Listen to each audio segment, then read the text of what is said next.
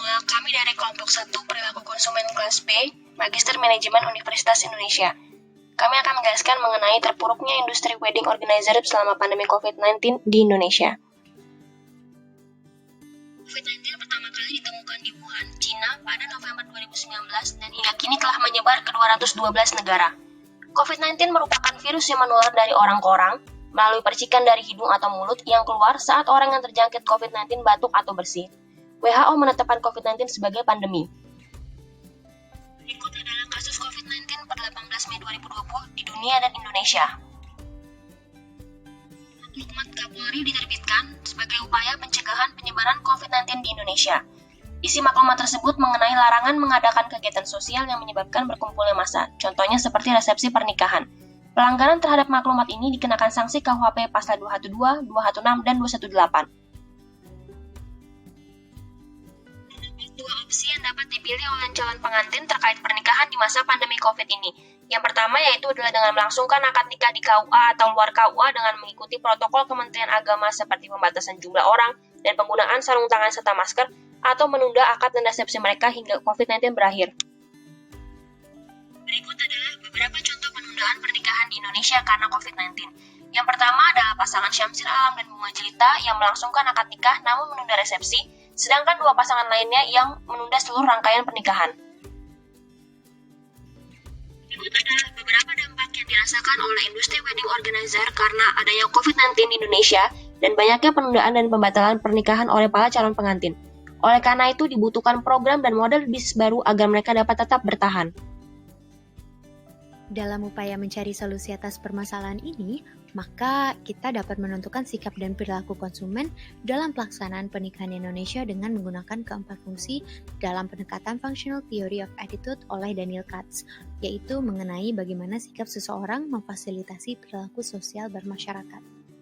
Meskipun Indonesia menyediakan pasar yang besar bagi praktik pernikahan, namun pada pelaksanaannya sebelum pandemi sekalipun seringkali konsumen terbentur dengan kelas sosial, budget, age cohort, serta subculture dalam mempersiapkan dan melaksanakan pernikahan baik demi tujuan fungsional maupun simbolis.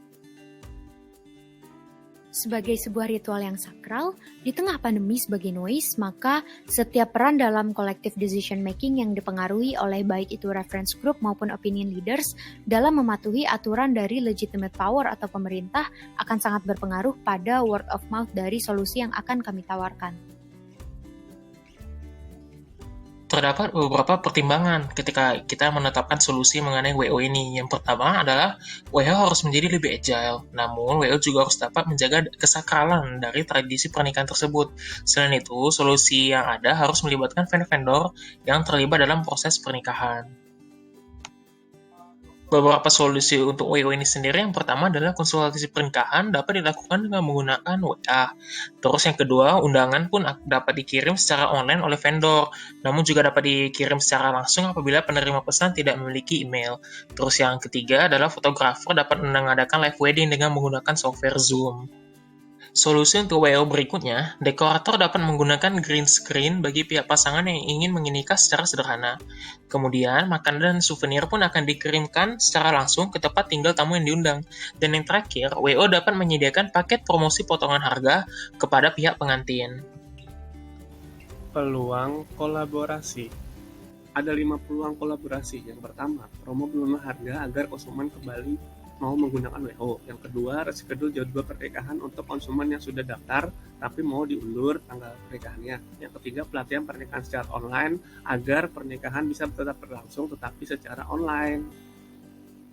Yang keempat, membuat pelatihan konten video pernikahan seperti menggunakan aplikasi editing video KineMaster, jadi videonya jadi bagus. Yang terakhir, membuat pelatihan editing foto pernikahan seperti menggunakan Photoshop atau Lightroom, jadi fotonya jadi bagus.